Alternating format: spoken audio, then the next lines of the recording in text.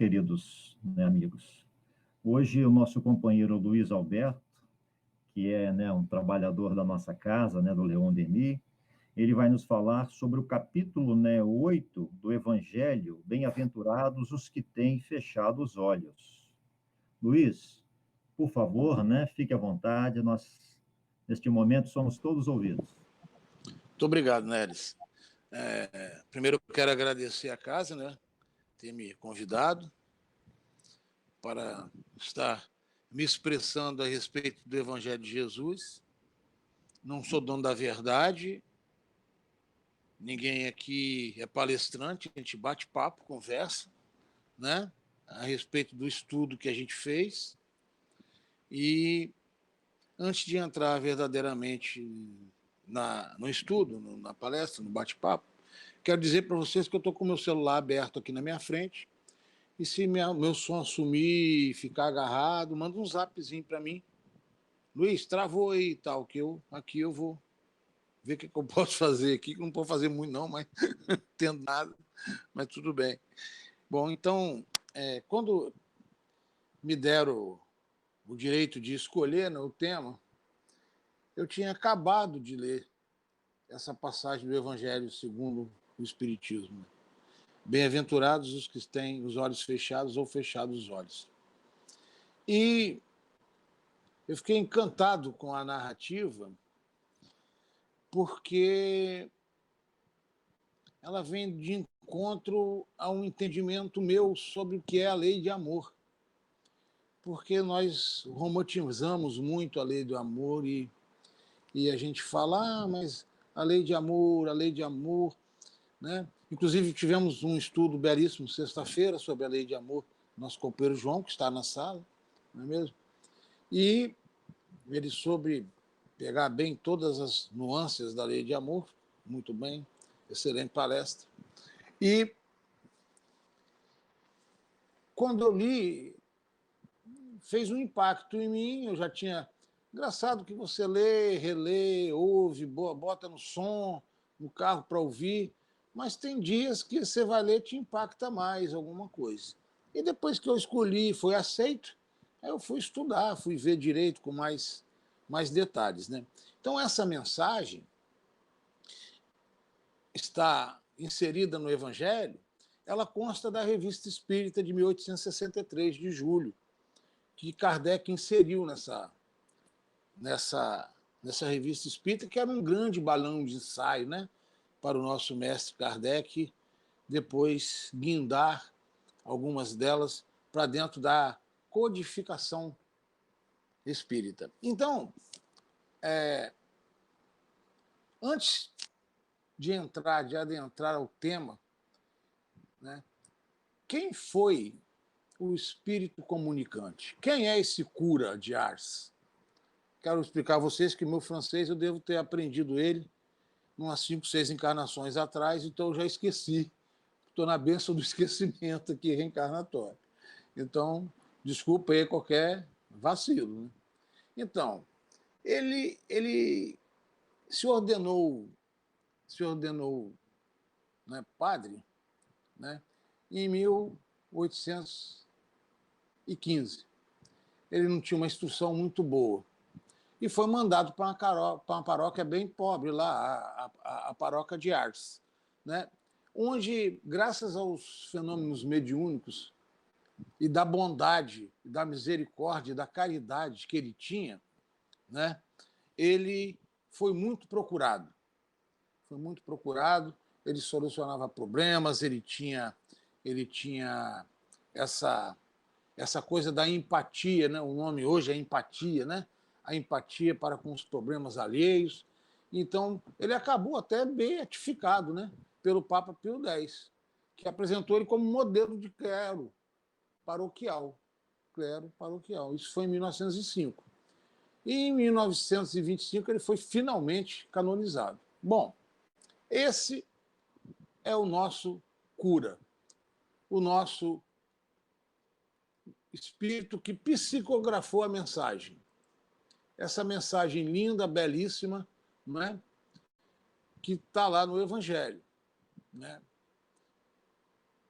Inclusive, o médium é o senhor Vez. Bom, de que se trata a mensagem em si? Bom, tinha uma senhora cega que procurou Kardec, procurou o Instituto, porque ela queria ver, ela queria se curar.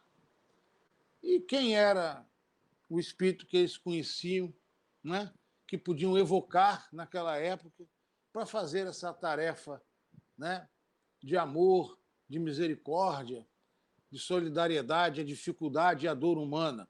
Dor hoje que está abraçando todo o planeta. Não é mesmo? Eu estava no treino hoje de manhã, uma moça que treina comigo lá, inclusive espírita também, tem um belo trabalho com a área de drogados, de aula que ela dá, que ela explica a situação, aqui no Irmão Tomé, que é até perto da minha casa. Então, ela falou que quando ela sentou na televisão, que ela assistiu a situação lá de Manaus, ela não conteve, né, não conteve o choro, né, porque ela viu a dor dos parentes, o estado dos hospitais, a falta de oxigênio, todo esse sofrimento que o nosso planeta hoje está passando. Poucos lugares do mundo não estão nessa luta aí. Então, invocaram o nosso cura, falo nosso porque ele está no Evangelho, foi escolhido por Kardec, então é um nosso guia, é um dos guias da humanidade, sim, no meu entendimento, né? E eu vou ler o que ele psicografou lá, o que ele falou. Meus bons amigos, não venho muito ao vosso meio, mas hoje eis-me aqui. Por isso, dou graças a Deus e aos bons espíritos que vêm ajudar-vos a marchar pelo novo caminho. Por que me chamastes? Bom, eu vou dar uma pausa na leitura, porque eu quero debater isso, falar sobre essa primeira conversa, né? Esse introito, né? O que a gente vê, o que demonstra esse nosso irmão, né? Ele demonstra que ele não está sempre no meio de nós, encarnados, não é mesmo? Na época. Então, ele estava dando graças a Deus que permitiu aos bons espíritos que vêm ajudar-vos a marchar pelo novo caminho. Que novo caminho? Um caminho da doutrina cristã espírita, que é a que nós abraçamos. E depois ele faz uma demonstração muito interessante com a pergunta. Tem o ponto, novo caminho, ponto. Por que me chamastes? Ou seja, não estou sabendo porque fui evocado. Aí vem a resposta, que ele mesmo dá. Para impor as mãos sobre a pobre sofredora que aqui está a curá-la e curá-la, aí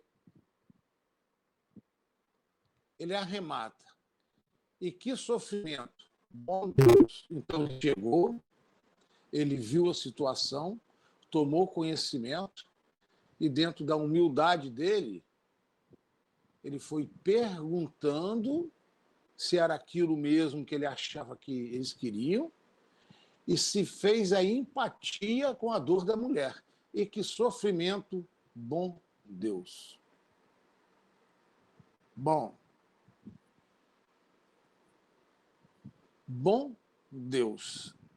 Nós temos que entender sobre a bondade de Deus, eu vou falar mais sobre isso no decorrer do debate, do estudo, é que nós romantizamos um pouco, alguns de nós, todos nós, um ou outro de nós, que a bondade de Deus ela ocorre quando está tudo correndo a mil maravilhas, né? Nossa mesa está provida, a nossa saúde está a 100%, nossos relacionamentos afetivos são maravilhosos, vivemos com pais que nos amam, irmãos que nos adoram, casas espíritas e religiosas sem nenhum problema, no trabalho vai tudo de vento em popa, então Deus é muito bom. Mas quando pinta um problema, uma dificuldade, quando sobrevém um sobressalto, uma dor, né? Aí Deus para de ser bom. Porque o nosso entendimento é que, para ser bom, as coisas têm que estar bem da forma que a gente acha que é o bem para nós. Aí ele segue falando. Ela perdeu a visão e as trevas se fizeram para ela. Ela perdeu a visão e as trevas se fizeram para ela. Então, ele diz, pobre filha. Ó a empatia, ó o carinho, ó o amor, ó a consideração, não é mesmo? Por essa pessoa que ele estava conhecendo ali naquele momento. Aí começa a lição para todos nós. Uma lição moral, de aprendizado da doutrina cristã pura, verdadeira, que é a lei natural. Sem sofismas, sem achismos, não é mesmo? Ela nem sempre é gostosa de ver, de ler ou de ouvir. Que ore e espere. Que ore e espere. Bom, orar é a nossa ligação com o Pai. Se não orarmos, não nos vamos ligar a nossa consciência, a consciência divina, aos bons amigos espirituais, por mais que Deus, Jesus, os bons amigos espirituais queiram, não há acesso. Não tem acesso. Precisamos da oração. E espere. Esperar traduz confiança. Você, minha filha, você tem que ter confiança. Confiança nos desígnios do Pai, no nosso Mestre Jesus, na sua situação, que é para o seu melhor. É isso que o nosso irmão, o cura, está trazendo para ela. Ela está imersa na lei de amor, mas ela não sabe, porque nós somos imediatistas. Nós queremos o bem agora. Porque nós não aceitamos que, às vezes, a dificuldade vem para nos trazer o bem verdadeiro depois. Bom, ele prossegue. Prossegue com uma ação de humildade, de reconhecimento, que ele não faz nada. Não sei fazer milagres sem a vontade do bom Deus. Olha o bom Deus aí de novo. Como ele está a dizer para nós, 180 anos depois. Deus é bom, mesmo quando nós não recebemos dele aquilo que julgamos, que queremos, me dá agora, eu quero para agora, eu quero para ontem, é isso que eu quero carro novo, eu quero emprego novo, eu quero mulher nova, eu quero cachorro novo, eu quero casa nova, eu quero marido novo, o da vizinha é melhor, e não sei o quê, por que esse cara, por que não o outro, por que o vizinho, por que isso, por que aquilo. Ore e espere. Não sei fazer milagres sem a vontade do bom Deus. Ou seja, ele é o tempo inteiro bom. Ele é amor. Ele é amor. Mas eu vou sempre repetir isso nesse estudo. Nós achamos que ele é bom, ele é amor, quando o vento é sudeste, fresco, e está dando tanto, tudo está dando tão certo que a gente não sabe nem como agradecer de tanta coisa que para nós são boas. E ele continua. Todas as curas que pude obter e que vos foram relatadas, só as atribuais àquele que é o Pai de todos. Todas as curas que pude obter e que vos foram relatadas, só as atribuais àquele que é Pai de todas. Ou seja, não há ninguém, pelo menos para ele, que consiga uma cura se não houver a determinação superior de Deus. E aí tem um ponto muito interessante, porque eu não sei contra vocês, eu digo isso de mim. Né? Não há como saber, eu, Luiz Alberto, não há como saber, por exemplo, como eu estou no meu processo reencarnatório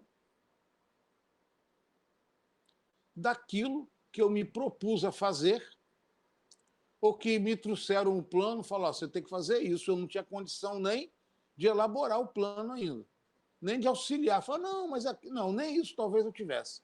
Então, quem tem essa condição é a turma mais de cima. Portanto, o que ele está dizendo aqui é isso em palavras mais rebuscadas, não é? Não sei fazer milagres sem a vontade do bom Deus. Todas as curas que pude obter e que vos foram relatadas são as atribuais àquele que é o Pai de todos. Ou seja, é quem detém o conhecimento profundo de nossas reencarnações, dos nossos pensamentos, dos nossos desejos, como nós elaboramos as nossas vidas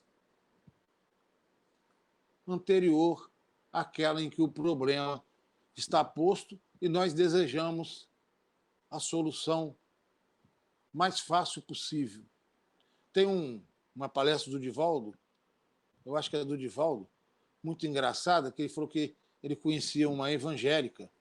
Eu não sei se foi o Divaldo, agora não sei se foi o Alberto Almeida, eu não sei. Foi um dessas figuras maravilhosas, né, de palestrantes espíritas que nós temos, graças a Deus, no Brasil. Ela falou assim, fulano, Divaldo, vou botar como Divaldo. Divaldo, você tem que fazer como eu. Sim. Como você? Não, foi Raul Teixeira. Né? Como assim? Você tem que chegar a Deus e falar assim, Deus, eu quero isso. Estou tomando posse disso. Aí Raul riu e falou assim, minha filha, você está botando Jesus à prova, não é isso? Estou botando, mas eu não posso fazer isso. Por quê? Porque se eu botar Jesus à prova, ele vai me colocar em expiação. Então é melhor não fazer isso, não. É esse o conhecimento que traz a doutrina espírita. Não é? Nós não temos esse conhecimento imediatista mais, graças a Deus. Né? Nós já estamos compreendendo o que é a doutrina cristã que explica a lei natural que é do Pai e que Jesus foi o grande intermediário e a doutrina espírita está aí arrematando, é a chave, né, para abrir esse cadeado todo e nós podemos evoluir com mais rapidez. Nas vossas aflições, olhai sempre para o céu e dizei do fundo do coração, meu Pai, curai-me. Olha só como é a oração que o nosso cura ensinou a nossa irmã. Meu Pai, curai-me, mas fazei que minha alma seja curada antes das enfermidades do corpo. Nós estamos falando de uma leitura que foi colocada em 1863. Ele tinha desencarnado, né, há pouco tempo. O profundo conhecimento da lei de causa e efeito, das sequelas das nossas atitudes no nosso corpo perispiritual, da repercussão disso nas vidas posteriores e na vida espiritual após a dita reencarnação, onde nós acumulamos os débitos. Curai-me, mas fazei que a minha alma seja curada antes das enfermidades do corpo. Aí eu me lembro de Memórias de um Suicida, não é? Que o nosso irmão que matou a mulher com as próprias mãos, ele começou a falar que ele ia reencarnar, né? Mas que ele não tinha direito a ter as mãos, não tinha direito a ter as mãos, não tinha direito a ter as mãos. Então, quando ele saiu para a reencarnação, ele deu tchau para o Camilo Castelo Branco, né? Ele deu tchau, só tinha os cotocos, né? Aqui não tinha as mãos. Não é mesmo? Porque ele foi fazendo já ele mesmo a sugestão. Porque ele sabe que ele usou a mão dele de forma equivocada. Meu Pai, curai-me, mas fazer que minha alma seja curada antes das enfermidades do corpo. Que a minha carne seja castigada, se preciso, para que minha alma se eleve para vós com a alvura que tinha quando a criastes. Olha que ensinamento interessante e oportuno. Nós recebemos a nossa consciência de filhos de Deus no momento da nossa criação, uma alma alva. Como diz o Cristo, né? Nós temos que estar puros para nos casarmos, não é mesmo? Na essência do amor de Deus. Tem até a parábola, né? Das virgens loucas e tudo mais, da falta de luz, não é mesmo? Depois dessa prece, meus boníssimos amigos, que o bom Deus ouvirá sempre, a força e a coragem vos serão dadas. Como é que é? Após essa prece, meus boníssimos amigos, que o bom Deus ouvirá sempre, a vossa força e a coragem vos serão dadas. Por que vos serão dadas? Serão aumentadas. Mas nessa prece, nós estamos reconhecendo as nossas imperfeições. Que aquela situação que nós estamos passando, não existe vítima. Não existe vítima. Nós estamos aqui ressarcindo e aprendendo, inseridos na lei de amor.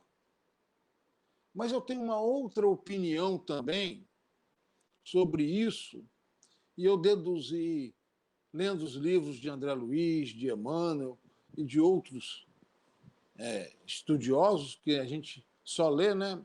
Faz mais ou menos o trabalho do papagaio, é que várias e várias chances nos são conferidas até chegarmos à extrema dificuldade de uma reencarnação dessa forma. Porque é lógico que existem atos e atos, né? Mas nos são conferidas N oportunidades. Até que chega uma vez, chega a hora de que a conversa tem que ser mais séria. A lei tem que atuar um pouco mais dura, para que a gente possa sacudir a nossa consciência hedonista, acostumada só a receber aquele mais, aos prazeres, a isso e aquilo, né? E, de vez em quando, então, vem a chacoalhada, o terremoto pessoal nas nossas vidas. Mas esses terremotos são de várias magnitudes, né? Até que vem um mais sério, né? É lógico, por exemplo, se você se suicida e fere determinados órgãos, você vai ter que vir de qualquer forma, mas e nas causas não tão graves, né, de atos imorais, etc., eu tenho certeza que até chegar a uma dificuldade extrema, nós tivemos oportunidades maravilhosas, né, que foram simplesmente deixadas de lado, conscientemente, né, pela personalidade que nós habitamos nas reencarnações aí afora. Bom, então, a coragem vos serão dada. Ótimo. Coragem para a luta, para aguentar o, como se diz aí no popular, o repuxo da coisa, né? Porque não é fácil. Ainda mais ela que teve visão e perdeu, né? E aí vem um E.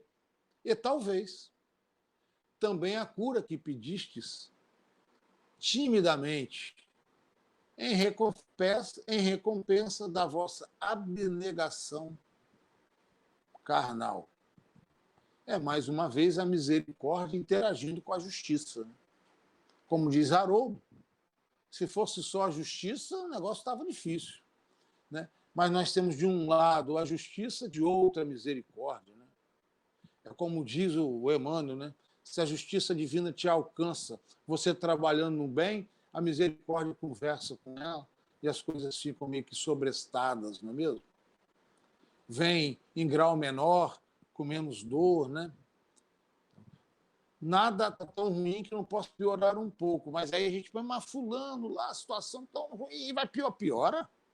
Piora, sim. Piora, tem condição de piorar, sim. Dependendo dos nossos atos, a vida vai cuidando da gente. E aí ele vai fazer uma grande dissertação sobre toda essa situação e a gente vai ler para poder usufruir dessa fonte com muita calma. Mas, já que aqui estou numa assembleia onde se trata, antes de tudo, de estudar, dir-vos-ei que os privados da visão deveriam considerar-se como bem-aventurados da expiação. Vou reler esse final. Os privados da visão deveriam considerar-se como bem-aventurados da expiação. Que interessante. Eu não vou traduzir o meu entendimento disso agora. Eu vou ler mais um pouco e depois eu vou entrar, então, com o meu humilde entendimento para esse papo ir se alongando e a gente ir compreendendo melhor. Lembrai-vos que o Cristo disse ser preciso arrancar o vosso olho se fosse mal, e que mais valia lançá-la ao fogo do que ser a causa de vossa danação. Então, quantos há em vossa terra que um dia nas trevas maldirão terem feito a luz, terem visto a luz? Oh, sim, como são felizes os que são feridos na expiação pela visão. Seu olho não lhe será motivo de escândalo e de queda para viver inteiramente a vida da alma. Essa frase eu estou até sublinhando aqui. Seu olho não lhe será motivo de escândalo e de queda. Eles podem viver inteiramente a vida da alma. E na busca pelo estudo da noite, eu achei uma palestra de uma moça de BH, eu acho BH. Depois, se quiser, eu posso botar no grupo da CELD. Eu tenho ela, eu gravei ela. Que eles têm um trabalho lá muito bom. E com cegos. Eles aplicam passe, eles tratam água fluidificada, evangelizam, né? E aqueles que aceitam mais, que vão se desenvolvendo, sabe o que acontece? No sonho, no desdobramento do corpo físico, esses espíritos enxergam no mundo espiritual. Eles veem, e quando eles voltam para o corpo, eles se lembram. E na casa espírita eles conversam, eles contam. Nem um, nem dois só não. E aí entrou uma pergunta de uma moça que era cadeirante. Ela falou, eu estou aqui na live, eu sou cadeirante. Nos meus sonhos, eu permaneço cadeirante. Eu sou paraplégica. Resposta. Essa é a resposta que ele deu. Ore, confie, estude, trabalhe no bem, se alinhe a Deus e a Jesus e a espiritualidade superior. Que, de repente, quando você menos esperar, seu espírito pode estar liberto dessa situação de cadeirante e você está se movimentando na parte espiritual durante os seus sonhos e desdobramentos de forma mais livre, mais leve, mais solta. Segue, então, o estudo do nosso cura.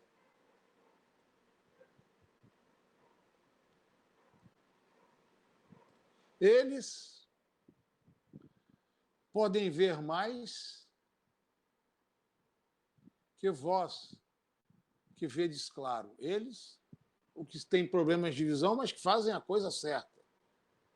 Quando Deus me permite abrir as pálpebras de alguns desses pobres sofredores, Ele lhes dar a vossa luz, eu me digo, querida alma, por que ela não conhece todas as delícias do Espírito? Porque vive de contemplação e de amor. Ela não pediria para ver as imagens menos puras e menos suaves que aqueles que lhe é dado a ver em sua cegueira. Olha que interessante, não é mesmo? Ela não pediria para ver imagens menos puras e menos suaves que aquelas que lhe é dado ver em sua cegueira. Aí eu pergunto, o estudo é sobre cego. Se isso não serve, por exemplo, para aqueles que estão desempregados. Na pandemia temos tantos.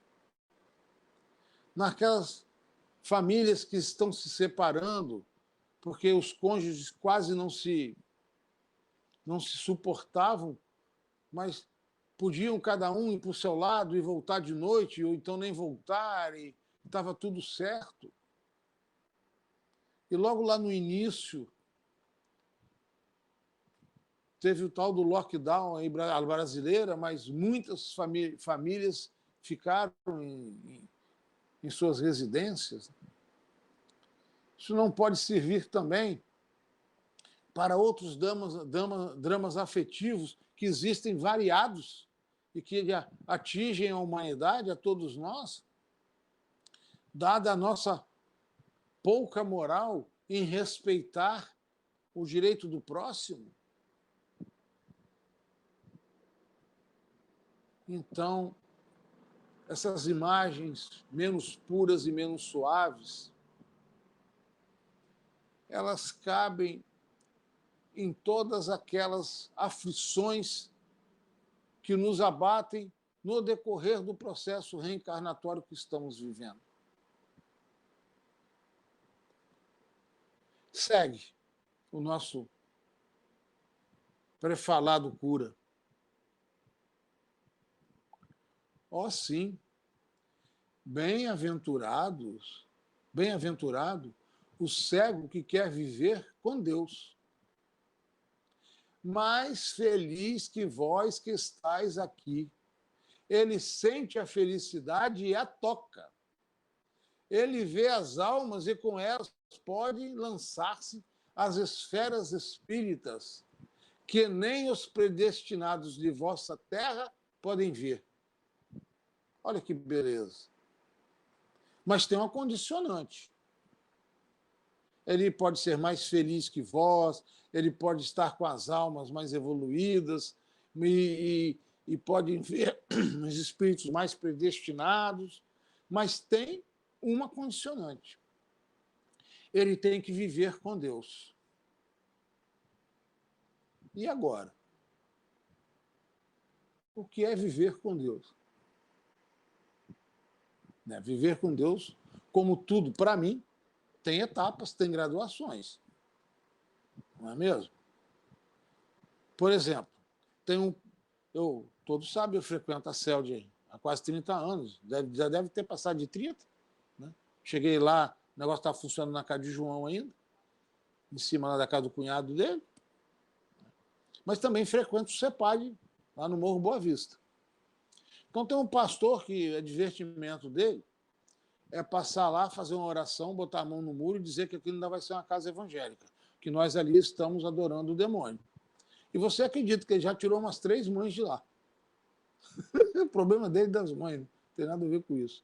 Então, para ele, ele está vivendo com Deus, fazendo o trabalho de Deus. Bom, é só um exemplo. Então, esse viver com Deus, a esse nível que o nosso padre cura nos informou, é algo muito elevado. Primeiro, resignação, trabalho no bem. Mas trabalho no bem ué. Um dia eu conheci uma mulher, ela estava deitada na cama, ela pesava uns 200 e poucos quilos. Ela tinha problema de tireoide, um monte de coisa, ela nem se movimentava mais. Mas sabe qual era o trabalho no bem dela? Oração. Oração. Por exemplo, ela pegava no jornal suicidas, assassinos, ladrões, esses dramas da vida, recolhia os nomes e passava a orar por aquelas pessoas. Trabalho no bem, trabalho no bem. Então, viver com Deus tem graduações.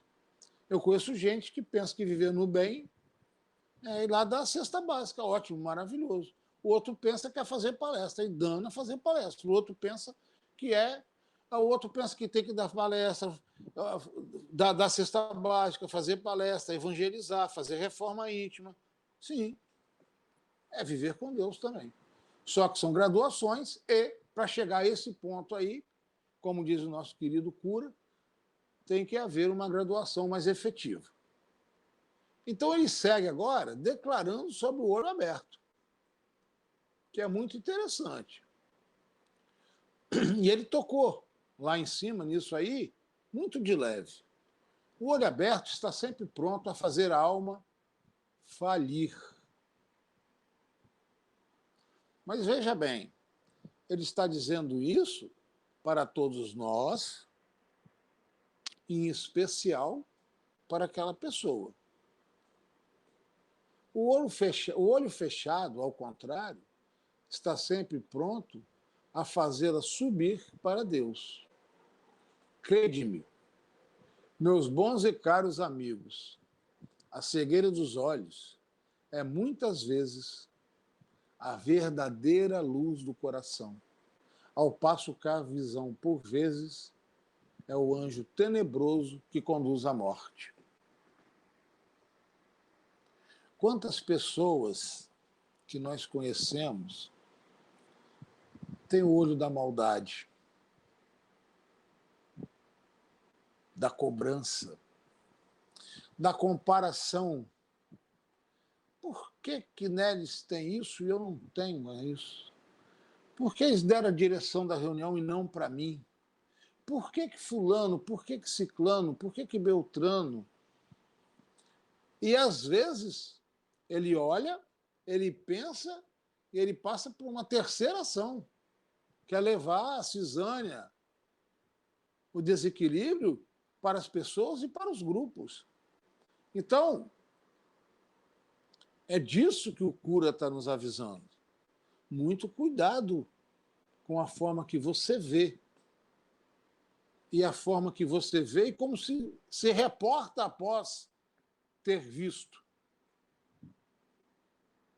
Quer ver uma coisa? Um fato meu. Tudo é o jeito de ver a coisa. Bom, vocês sabem minha profissão. Cheguei no Walmart, deu um rebuliço.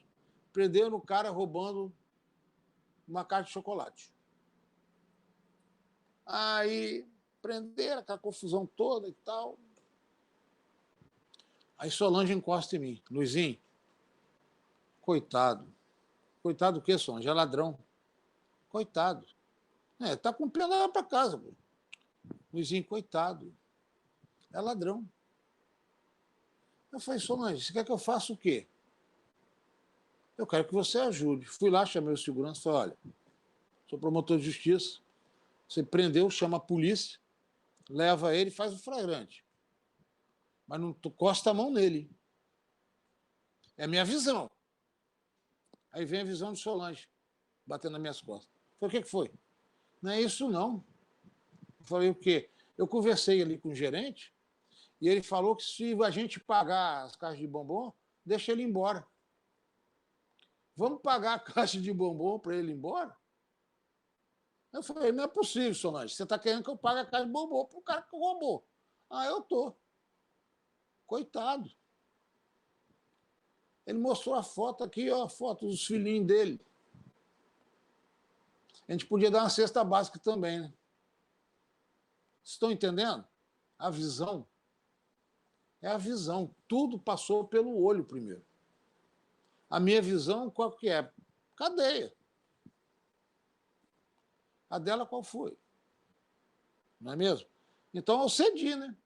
Fiz tudo que ela queria. E o cara foi embora com a cesta básica e um monte de chocolate. Feliz da vida. Então, aí, depois de dar essa geral, o cura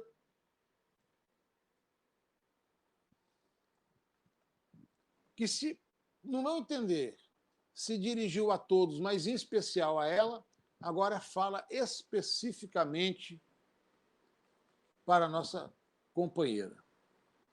E agora, algumas palavras a ti, minha pobre sofredora.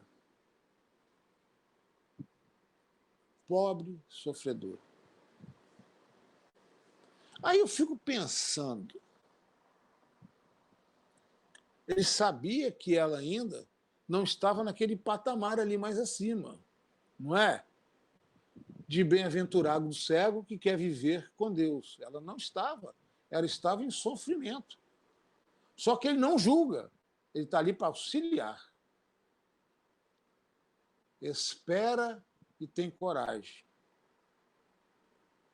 Se eu te dissesse, minha filha, teus olhos vão se abrir, como ficarias contente? E não é uma pergunta. No final da frase tem uma exclamação. E quem sabe, se essa alegria não te perderia? Aí vem uma pergunta. E quem sabe, se essa alegria não te perderia?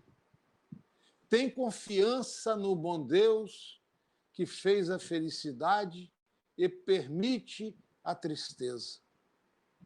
Ou seja, nós que relativamos tudo, que botamos um entendimento de romance das leis divinas. Ah, Deus é amor. Sim, Deus é amor.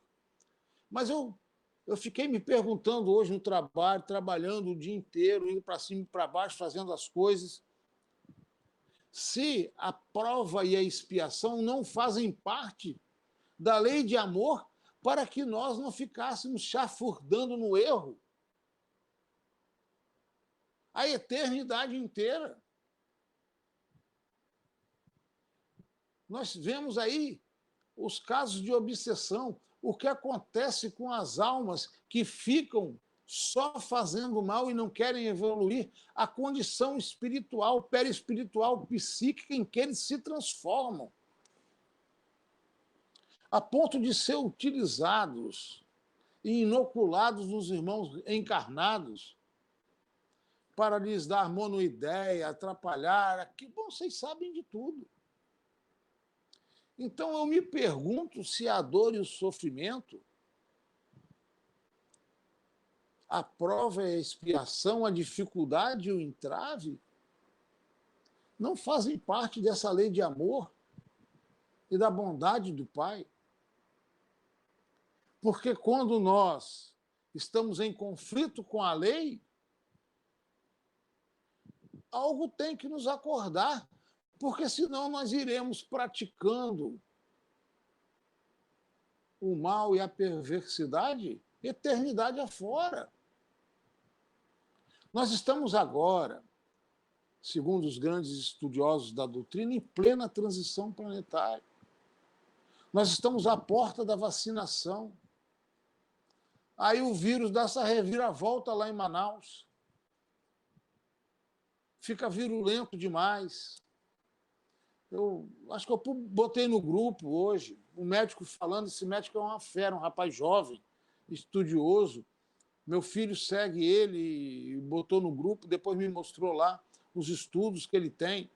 Ele está em parceria com os Estados Unidos, desenvolvendo um remédio para combater esse vírus.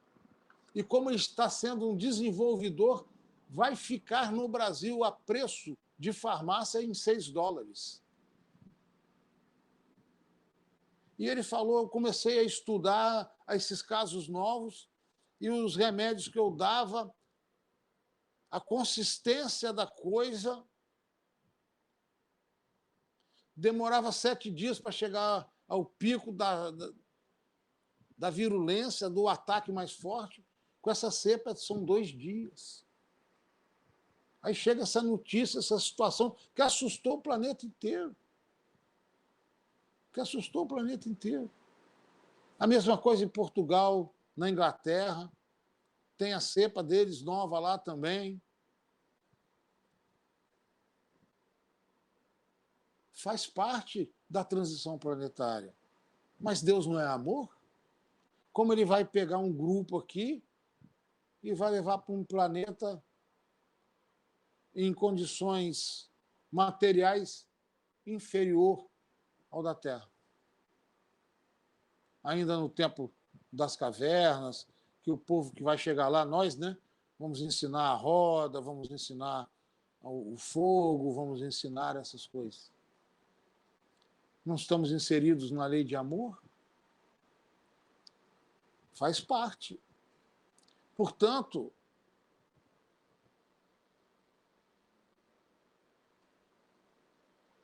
às vezes a alegria demais traz a perdição. Então ele explica, tem confiança no bom Deus, que fez a felicidade e permite a tristeza. Farei tudo quanto me for permitido por ti. Ó, por ti. Mas por tua vez, ora e sobretudo pensa em tudo quanto acabo de dizer. O engraçado é que ele vai fazer tudo, mas tem uma outra permissão que não é nem a divina. É dela mesmo. Farei tudo que me foi permitido por ti. Porque essa frase, ela é ambígua. Permitido por Deus a ti, por ti, para ti, mas o ti tem que fazer a parte dela. E qual é a parte dela? Espera e tem coragem. Ore a Deus, confia. Seja uma pessoa que sabe que Deus está fazendo o melhor por você. Porque a revolta fecha a porta. A revolta fecha a porta. Então eu farei tudo quanto me for permitido por ti, mas por ti, para ti, com ti. Sem sua ajuda. O atendimento fraterno recebe o irmão lá com processo obsessivo. O que é que a gente fala para ele? Parte da cura está em você. Parte da cura está em você. Você vai ter que fazer a reforma íntima, vai ter que vir na reunião, vai ter que adentrar os trabalhos da casa, vai ter aquilo, vai ter aquilo outro, vai ter aquilo outro, vai ter aquilo outro. Aí tem gente que fala assim, Alberto Almeida conta que ele atendeu uma pessoa lá na casa espírita que ele frequenta, pessoa com toque. Aí falou assim, olha, mas você vai ter que aprender a perdoar, porque estão me falando aqui que tem... Eu não perdoo. Não perdoo. Não, mas aí você não vai conseguir se livrar do toque. Então eu vou continuar com o toque. É uma escolha. É uma escolha. Ela escolheu, a pessoa escolheu. Bom, então ele finaliza, e eu estou enchendo da hora, vou finalizar também. Antes de me afastar, vós que aqui estáis, recebei a minha bênção, meus bons amigos, e eu a dou a todos, aos loucos, aos sábios, aos crentes e aos infiéis dessa Assembleia, que ela sirva a cada um de nós. Vianney Cura de Ars. Interessante. A Assembleia Espiritual devia ser gigante, né? Porque certamente a Assembleia Física é restrita.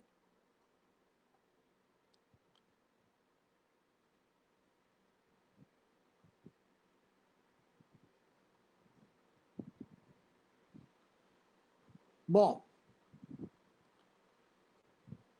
nós temos textos relacionados, né, que eu compilei aqui, no Livro dos Espíritos, na parte 4ª, das Esperanças e Consolações, no capítulo 1º, das penas e gozos terrestres, felicidade e infelicidade relativas.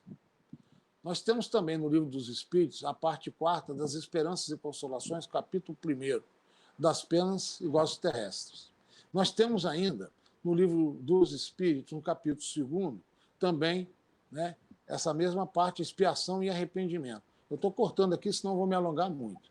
No Evangelho segundo o Espiritismo, no capítulo 8º, Bem-aventurança, dados os que têm puro coração. Então, antecede, né, a esse texto que foi lido, que é muito interessante e faz um preparo, né, o que a gente tem que fazer para ter o puro coração e não chegar nessa situação aí dos olhos fechados. E o segundo, o Evangelho segundo o Espiritismo também, né, o que tem puro coração, e finalizando a nossa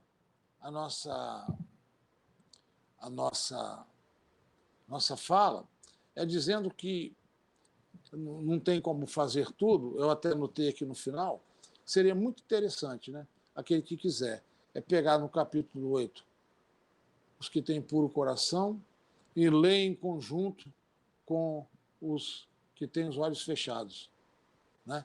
E fazer a analogia de um para o outro, né? O que deixamos de fazer em um, o que se reveste em dificuldade aqui na outra situação.